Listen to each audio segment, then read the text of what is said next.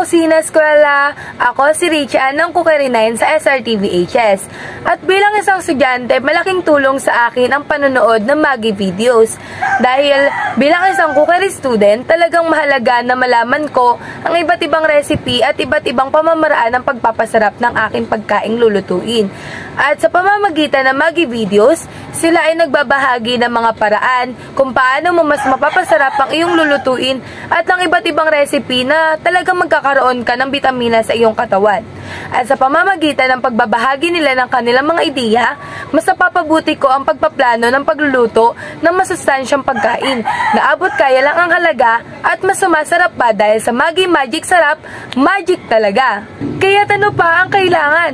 Tara na't simulan ng tamang paraan, tamang sangkap lang ang kailangan, mag-Maggie Magic Sarap, hindi lang sustansya ang makakalap. Sagad sarap na walang katulad. Hello mga kaskwela, sustansya!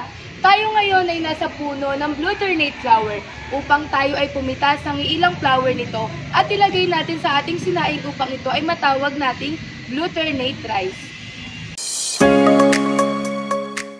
Hello mga ka-eskwela, sustansya! Ngayon tayo ay nasa puno ng saging upang tayo ay pumitas ng puso ng saging na ating gagawin sa ating lulutuin na banana blossom with tofu patty.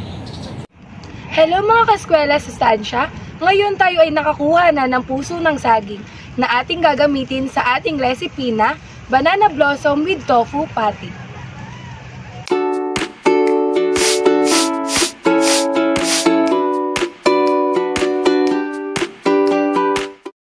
Una ay kailangan natin hugasan ng bigas. At ng mainit na tubig ay makukuha na natin ang katas ng blue ternate flower.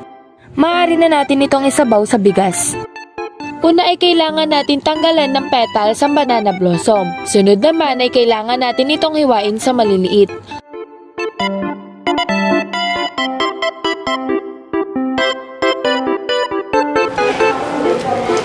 Pangalawa naman ay kailangan nating hiwain sa maliliit ang tofu. Sunod naman ay kailangan nating hiwain sa maliliit ang onion, carrots, at celery. Pagtapos na nating hiwain ang mga ingredients na ito, sunod ay kailangan na natin itong pagsamasamahin sa iisang mixing bowl at haluin.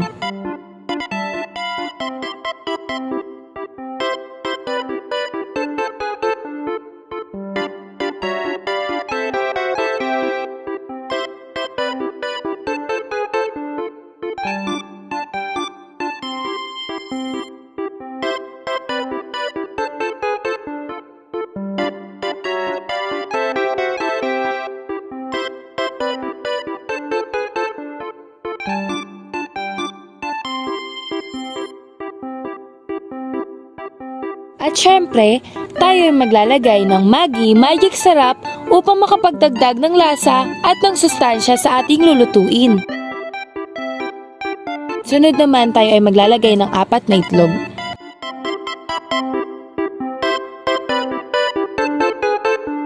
Pagtapos nating pagsama-samahin ang lahat ng ingredients na kailangan natin, ay maaari na natin itong hulmain gamit ang 1 cup measuring cup. Kailangan ng ating stove ay nasa medium heat lamang.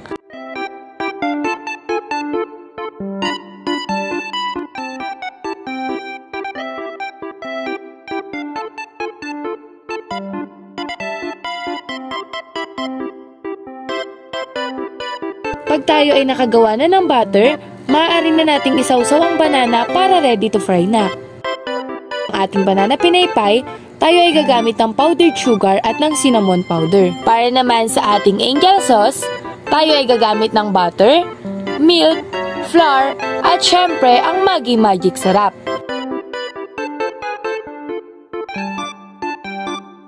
Para naman sa ating Iced Milo Mocha Milk Froth, tayo ay gagamit ng Milo, coffee, coffee mate, at sugar.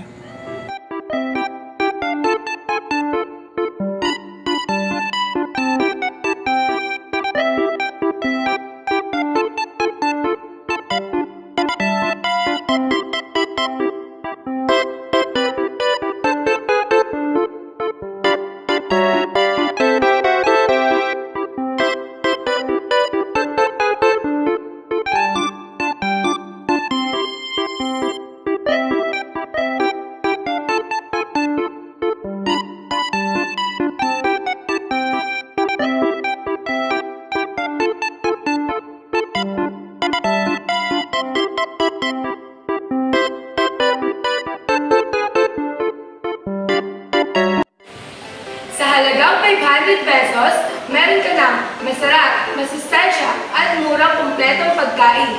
May sukli ka pa!